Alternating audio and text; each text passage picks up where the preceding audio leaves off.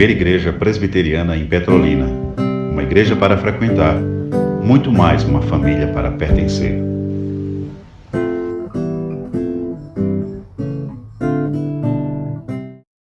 Gênesis capítulo 4.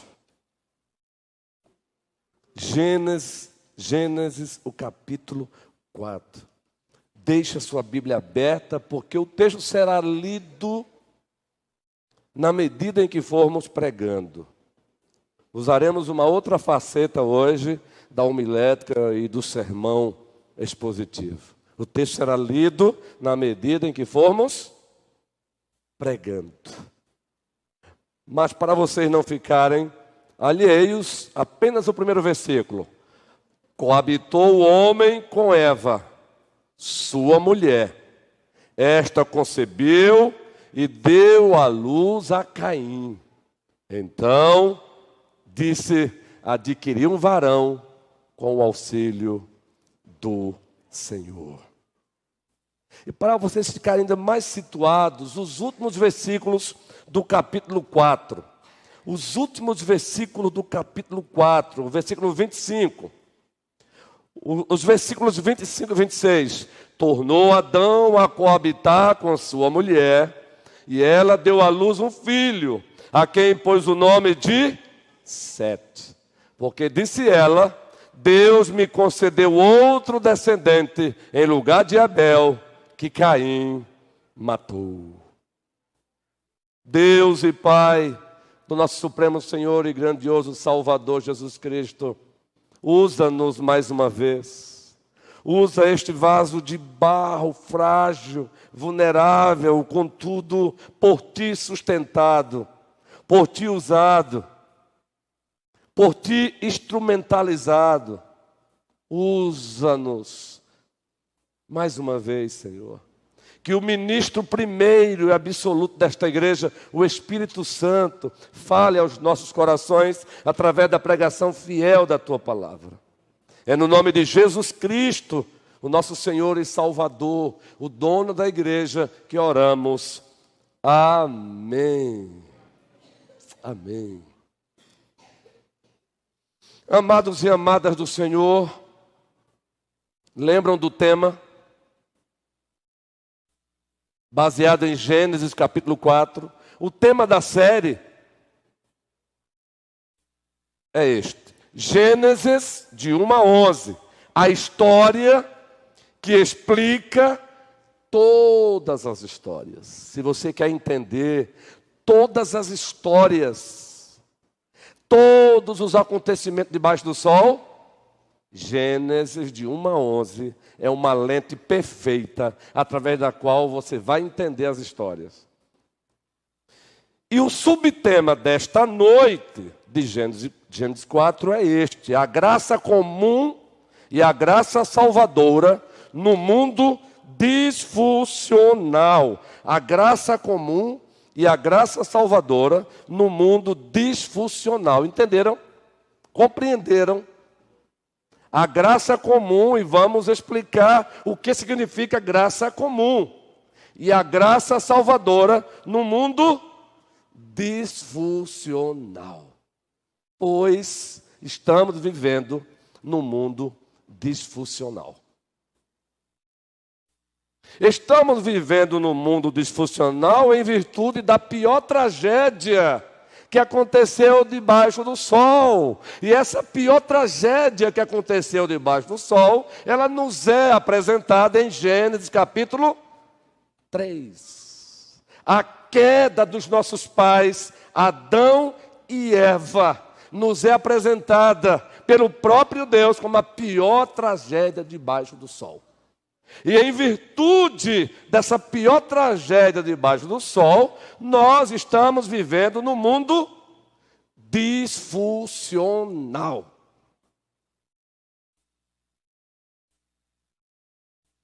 Meus irmãos e minhas irmãs, nos primeiros capítulos de Gênesis, ou melhor, melhorando aqui a afirmação, retificando, nos dois primeiros capítulos de Gênesis, 1 e 2, nós temos o mundo perfeito.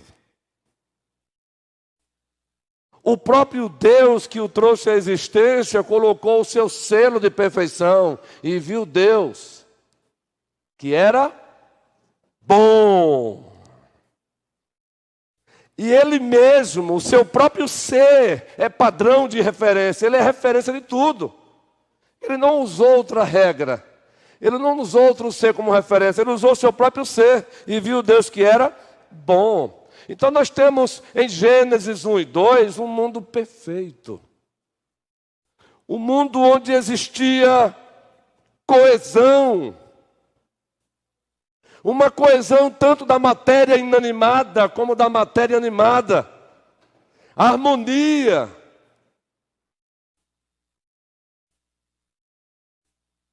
Equilíbrio.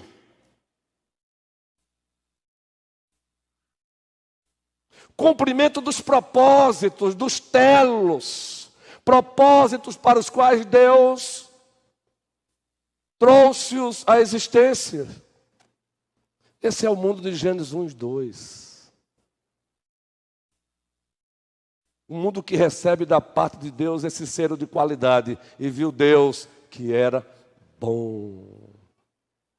Ah, que pena que esse mundo deixou de ser esse mundo por conta da queda dos nossos pais, Adão e Eva. Por conta da desobediência deles. Por conta da presunção deles, da arrogância deles.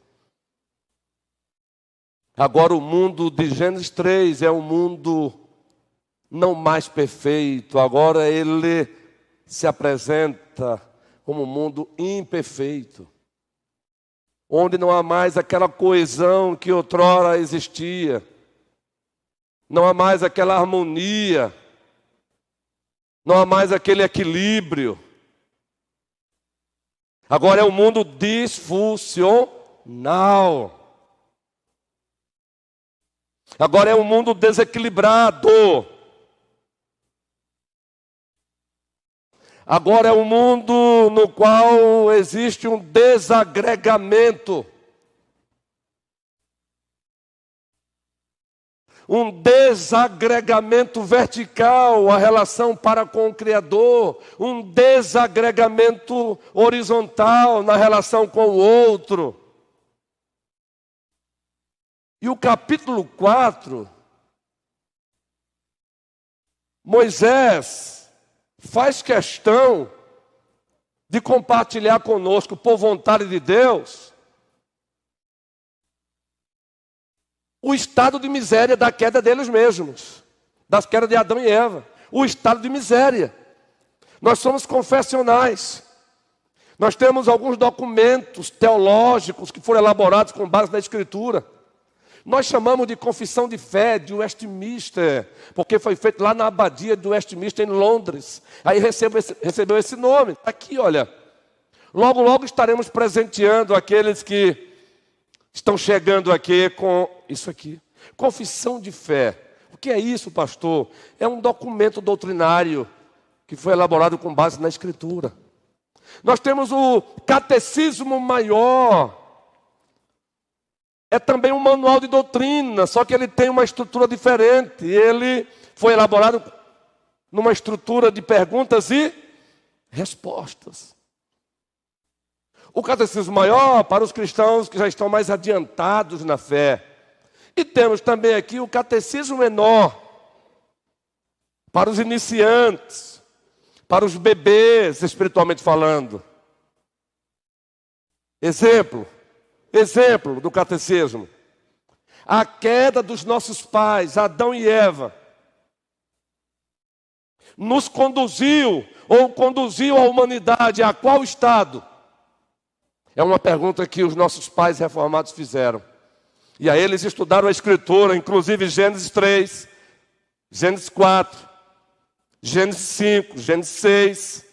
O Novo Testamento, como Romanos 1, Romanos 3, Gálatas 5, que disseram: a queda dos nossos pais conduziu a humanidade a um estado de pecado e de miséria. Está aqui. Maravilha. Elaborado com base na Escritura. E no capítulo 4, Moisés nos apresenta esse estado de miséria já sendo materializado. Esse estado de miséria numa escalada.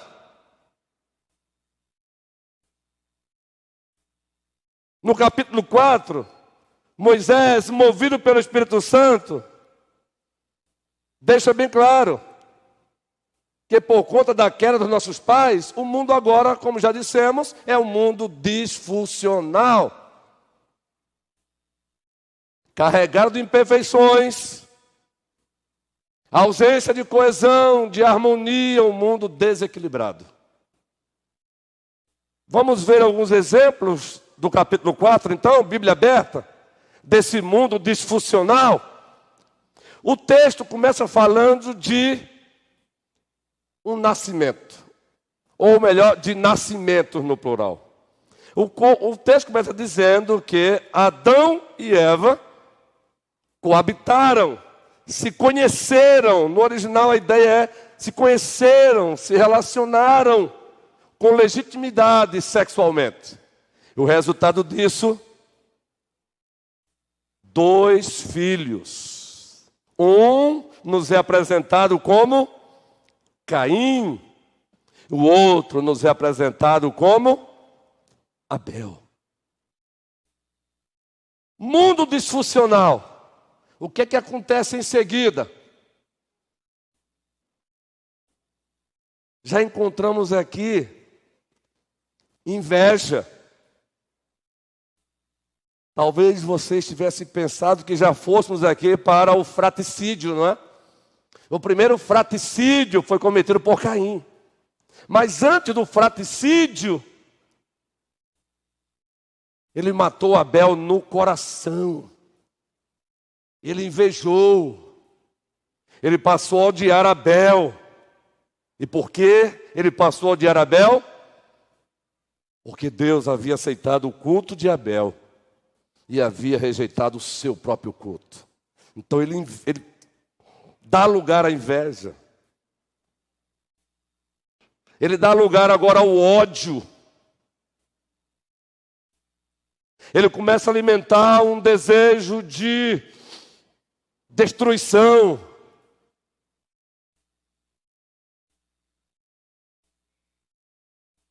Queridos, o pecado ele é uma escalada. Ele começa no coração e ele desemboca em ações. Ele começa a ter inveja. A inveja cria ódio para com Abel. E a materialização desse ódio, diz o texto sagrado agora, Bíblia aberta. Observem bem aí Gênesis capítulo 4, meus amados irmãos. Versículo 4. Abel, por sua vez, ou melhor, versículo 3. Aconteceu que no fim de uns tempos, trouxe Caim do fruto da terra uma oferta ao Senhor. Abel, por sua vez, trouxe das primícias do seu rebanho e da gordura deste. Agradou-se o Senhor de Abel e de sua oferta, ao passo que de Caim e de sua oferta não se agradou. Irou-se, pois, sobremaneira Caim. Aqui é a ira pecaminosa, existe uma ira santa. Lembram que o reverendo Vitor Ximenes, ele é especialista em aconselhamento noutético, e ele mostrou aqui que existe uma ira santa, mas existe também uma ira pecaminosa. Aqui a ira de Caim é uma ira pecaminosa, diabólica, satânica. Ele se irou, diz o texto sagrado.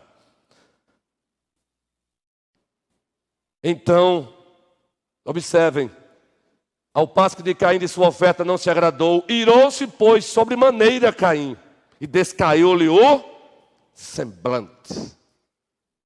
Ele estava tomado por tanto ódio que ele fica com o semblante visivelmente caído. Tanto ódio no coração. Irou-se. Percebam que há uma ênfase no texto. Irou-se Caim, diz o texto. O resultado dessa ira, fratricídio. Fratricídio, versículo 8. Disse Caim a Abel, seu irmão, vamos ao campo. Estando eles no campo, sucedeu que se levantou Caim contra Abel, seu irmão, e o matou. Homicídio duplamente ou triplamente qualificado. Os juristas aqui, os advogados aí, ele premeditou a morte do seu próprio irmão. Vamos ao campo. Ele usa de dissimulação. Vamos ao campo. Ele abraça Abel, mas o intento é outro, é matá-lo, como de fato ele o matou. Eis aí exemplo de um mundo disfuncional. Inveja, descontentamento, ódio, vingança, fratricídio. Caim mata Abel.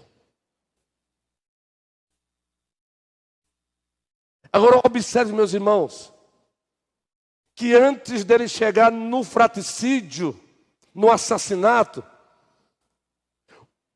o próprio Deus ainda tenta dissuadi-lo da sua ira.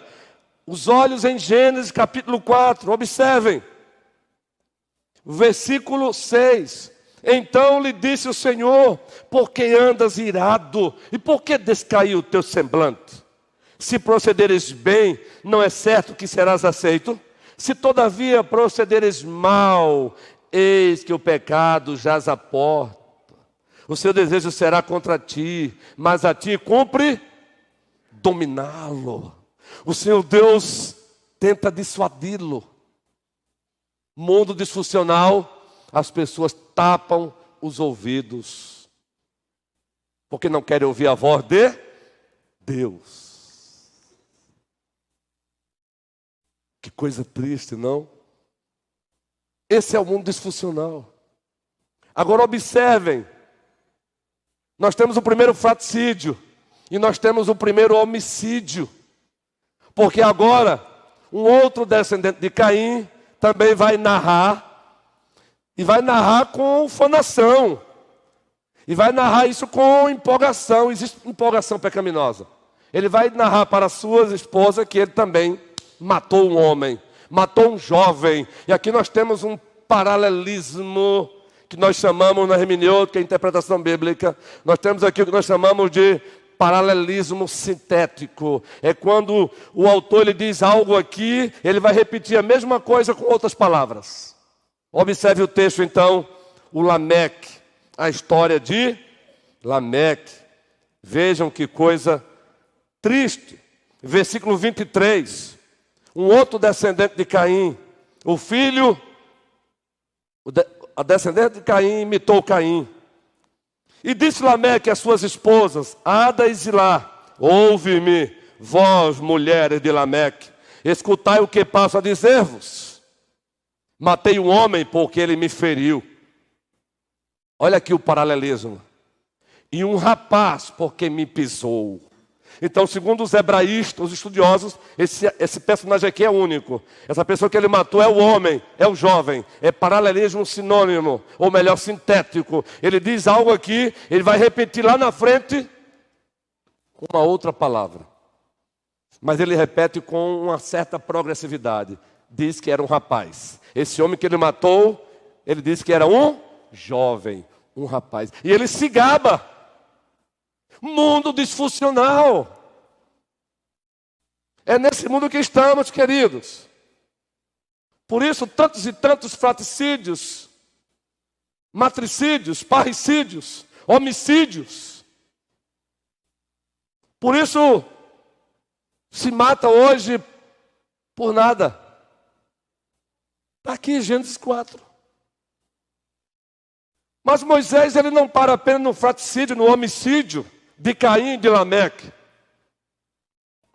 Percebam que uma das consequências da queda dos nossos pais foi o desagregamento sociológico. O mandato social foi afetado. O mandato social que se dava a partir do casamento, mas não se resumia ao casamento. Deus fez um Adão para uma Eva. Agora diz o texto, nós temos o registro aqui da primeira relação bigâmica, bigamia. Nós temos aqui o primeiro praticante da poligamia, e ele se gaba disso. Observe o texto, Gênesis capítulo 4, a partir do versículo 20, ou melhor, 19. Lameque tomou para si 2 esposas. O nome de uma era Ada, a outra se chamava Zilá. E é para essas esposas que ele se gaba do seu homicídio. Daí, mundo disfuncional. A partir do casamento. O mandato social, ele não se restringe ao casamento. Ele vai para além disso, amigos e amigas. Viver em comunidade. Ter amigos, ter amigas. E aqui, Lameque, da descendência de Caim, já mostra o resultado desse mundo disfuncional. Bigamia, poligamia.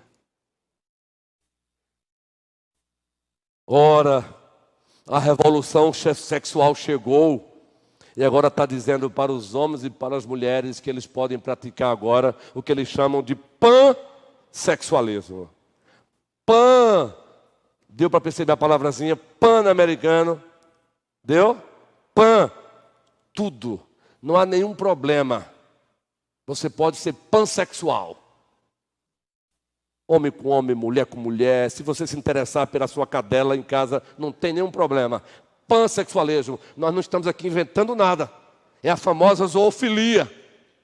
Se tem a pedofilia, tem a zoofilia. Preste bem atenção. Nós não estamos brincando, não. A perversidade, ela está, de fato, pesada.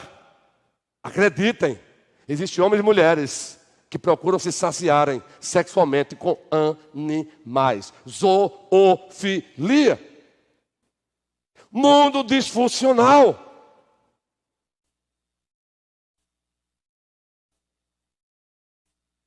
Queridos, já tem hoje o tal do swing. Já que estamos falando do primeiro bigâmico, poligâmico, o homem que praticou a poligamia, 2 mulheres, 3 mulheres, 4 mulheres.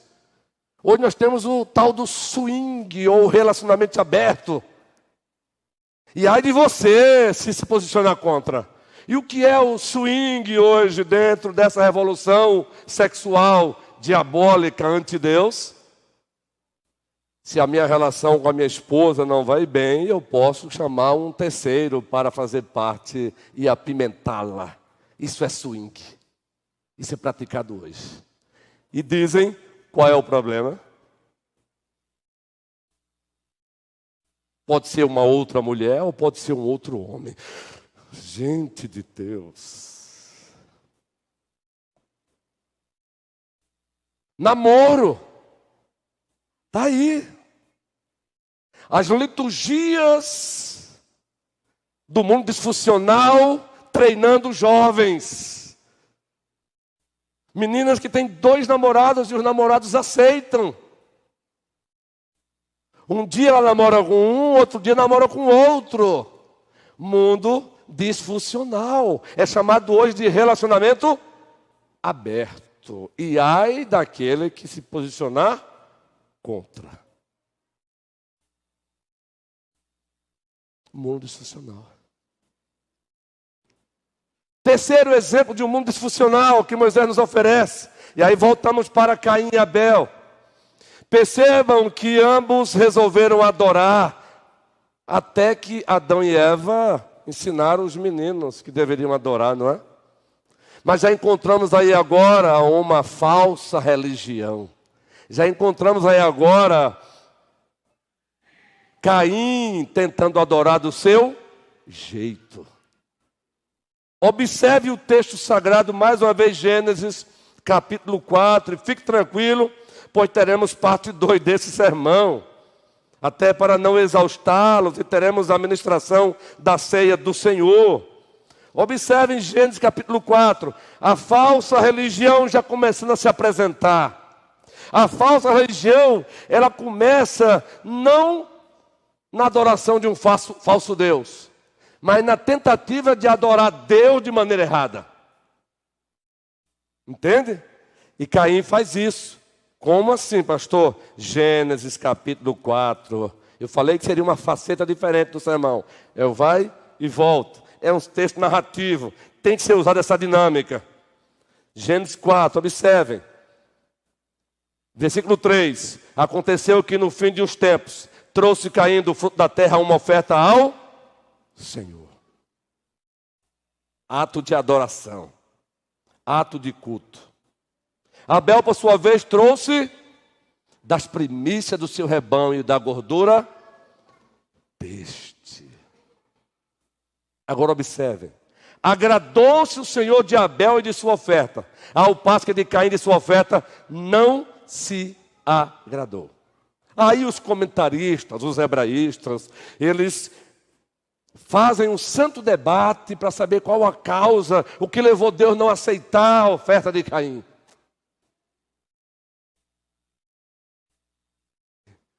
Para o sermão desta noite, vamos nos restringir apenas a uma delas. Está explícito na Escritura. Quando você lê Hebreus 11, diz que um ofereceu a oferta pela fé. Caim, não. Aí você pega o escritor aos Hebreus capítulo 11, o primeiro versículo, ele nos oferece uma definição de fé maravilhosa, extraordinária. E a igreja já memorizou. E se não memorizou, tem que memorizar. A igreja tem que conhecer Bíblia. Ela tem que memorizar a Escritura. Então vamos lá. A fé é a certeza de coisas que se esperam. Se espera. E a convicção de fatos que se não veem. Que definição, gente. É muito profundo. Então, Abel ofereceu pela fé. Caim, não. Eu não vou aqui abordar a briga quanto ao sangue, não. Que existem dos comentaristas, não. Porque a ênfase que a Bíblia dá é Abel ofereceu por fé.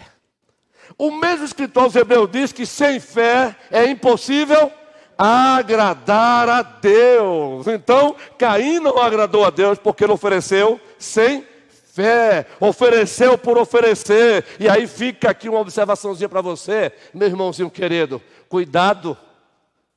Verifique como você está cultuando a Deus. Verifique o coraçãozinho, minha irmãzinha querida. Como você tem cultuado a Deus aqui nesta noite. Porque segundo Samuel, Deus o usou, ou melhor, Deus admoestou o próprio Samuel no processo de escolher um rei. Assim, Samuel,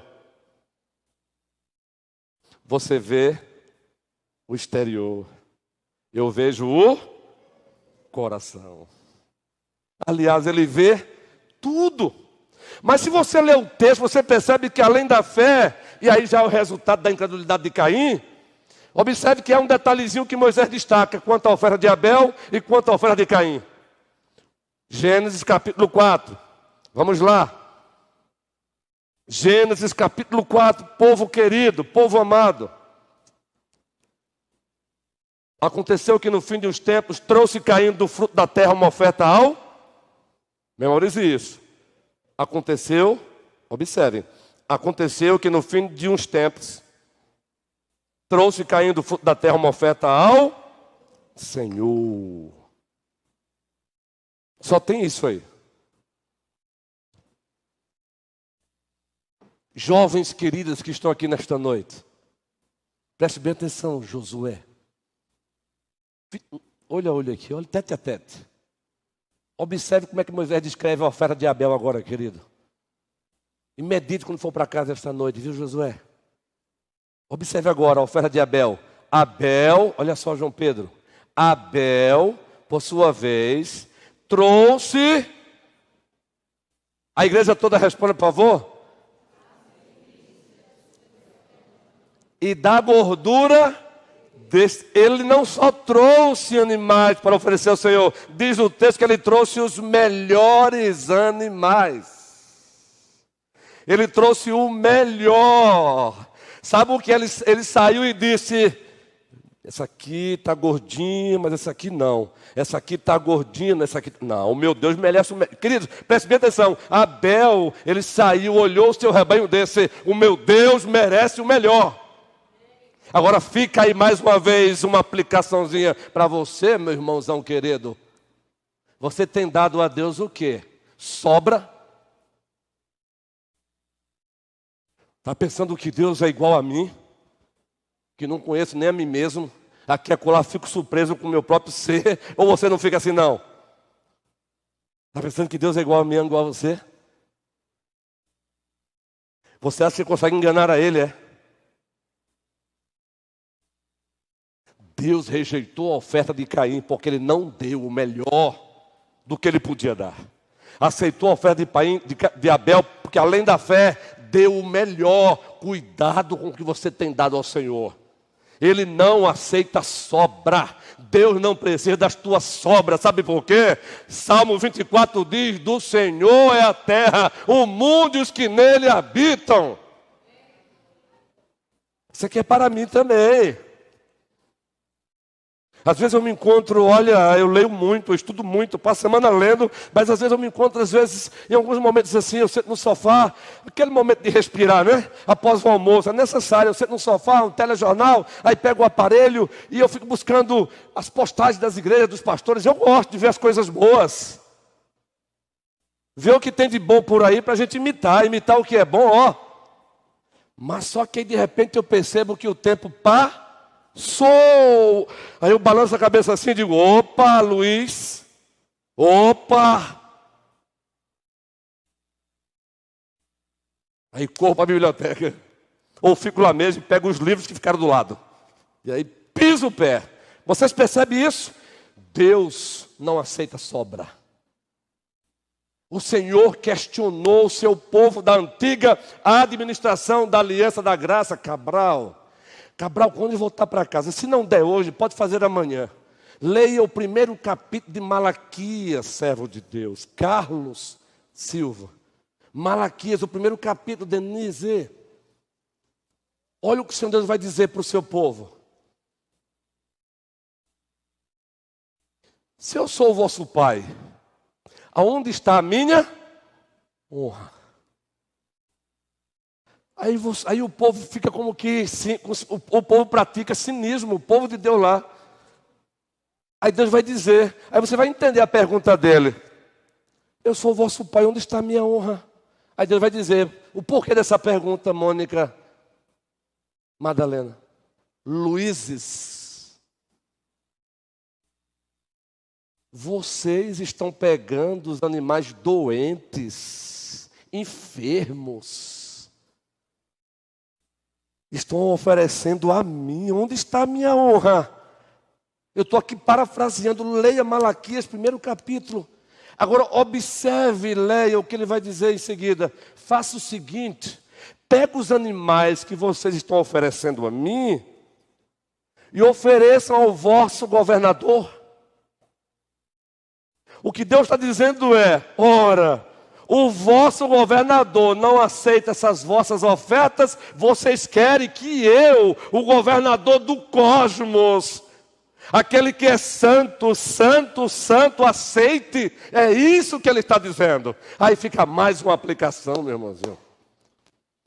Como anda a qualidade da tua vida cristã diante de Deus? A vida cristã que eu vivo é um ato de culto a Deus. Aí a pergunta: como anda a qualidade do teu sacrifício espiritual? Romanos 12, o diácono Luciano leu para nós hoje. Ele leu esse texto hoje, quem lembra? Romanos 12, sonoplastia abençoada. Preciosos de Deus. Vamos ler esse texto com a igreja, todos juntos. Rogo-vos, pois, irmãos, que apresenteis o vosso corpo por sacrifício santo e agradável a Deus, que é o vosso culto racional. Percebam a palavra agradável a Deus. O que é que Deus diz da oferta de Abel? Agradou-se Deus de Abel e em seguida sua oferta. significa que a oferta que eu dou, ele também só aceita, se primeiro ele aceitar a minha vida. Ele se agradou de Abel, em seguida da sua oferta. Eu sei que ainda estamos vivendo um mundo disfuncional, mas Abel também já estava, pós-queda. A existência das falsas religiões, evidência de um mundo disfuncional. É nesse mundo que estamos, queridos. Mesmo nós que já fomos comprados com o sangue de Cristo, já fomos arrancados do senhorio do pecado, mas ainda não chegamos ao estado de perfeição. Ainda carregamos o mal dentro de nós. Ainda titubeamos. Atentem para isso. Nós estamos num mundo disfuncional. E a disfuncionalidade desse mundo é experimentada lá fora, mas também ela ainda é experimentada aqui dentro. É preciso a igreja entender isso também. É por isso que aqui e acolá tem seja esta igreja ou quaisquer outras igrejas do Senhor, tem um com raivinha do outro. É por isso que aqui e acolá eu não estou descrevendo a atualidade da igreja, não. Estou dando exemplos, por favor. Tem um entristecido com o outro. Tem um zangado com o outro. Às vezes tem zangamentos legítimos, zangamentos não ilegítimos. Porque ainda estamos no mundo disfuncional.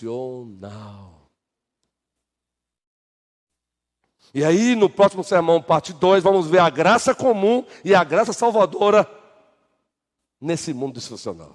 Nesse mesmo texto de Gênesis 4. É necessário que você saia daqui entendendo isso. Nós estamos no mundo disfuncional. Razão, a pior tragédia que aconteceu debaixo do céu, do sol. Agora, eu não posso deixar de ler esse texto hoje, não. Isaías, Salmo 51, primeiro. E depois o Salmo 58. Sabe por que Caim mata Abel? E sabe por que Lameque mata um rapaz?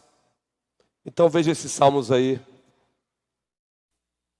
Por favor. Salmo 51, versículo 5.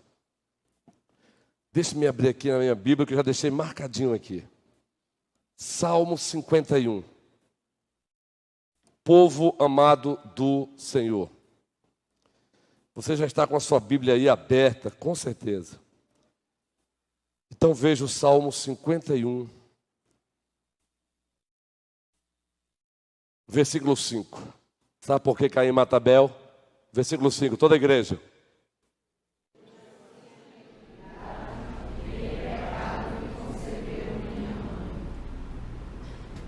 Caim agora é filho de um pecador. Salmo 58. Observem, Salmo 58. Por favor, esse texto também é muito forte quanto a isso. Então leiam Gênesis 4 à luz do Salmo 51 e Salmo 58, os versículos 3 e 4. Os versículos 3 e 4, todos juntos.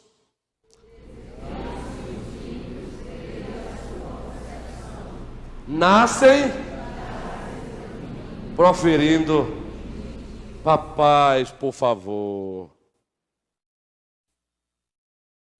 Acabe com essa fantasia do que o teu bebezinho, ele é um anjinho. Ele é uma obra das mãos de Deus, mas anjinho não é não. Eu nasci em iniquidade, disse Davi, e em pecado me concebeu a minha mãe. A criança já nasce com o pecado original. Coração inclinado para o mal. Já viu aquela criancinha fazendo um showzinho no supermercado? Ah, bichinho, bichinho nada. Ali já é pecado, já é desobediência. É o showzinho. Eu quero. Se não der, começa a gritar. E a mãe fica vermelha, envergonhada, olhando para o lado, olhando para o outro. Não é assim, não? Não é para você odiar o seu filho.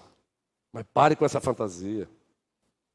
A fantasia é tão grande que o filho vai lá na escola, dá um soco no outro. Aí a professora manda chamar a mãe, o seu filho bateu no outro menino. A mãe disse, o meu filho não. É ou não é? O meu filho não é de fazer um negócio desse. E o bichinho chega, é verdade, mamãe. É. Que fantasia. Aí Davi disse, eu nasci em iniquidade, em pecado me concebeu a minha mãe. É por isso que Caim mata Abel. É por isso que Lameque mata um rapaz só porque pisou no pé dele. É um mundo disfuncional. É a escalada agora do pecado, queridos. E aí sim, se o Senhor Deus quiser, vamos perceber a importância da graça comum e da graça salvadora nesse mundo disfuncional. Sem a graça comum de Deus, sem a graça salvadora, queridos, aqui não mais estaríamos. Ao Senhor toda a glória, hoje e sempre. Amém.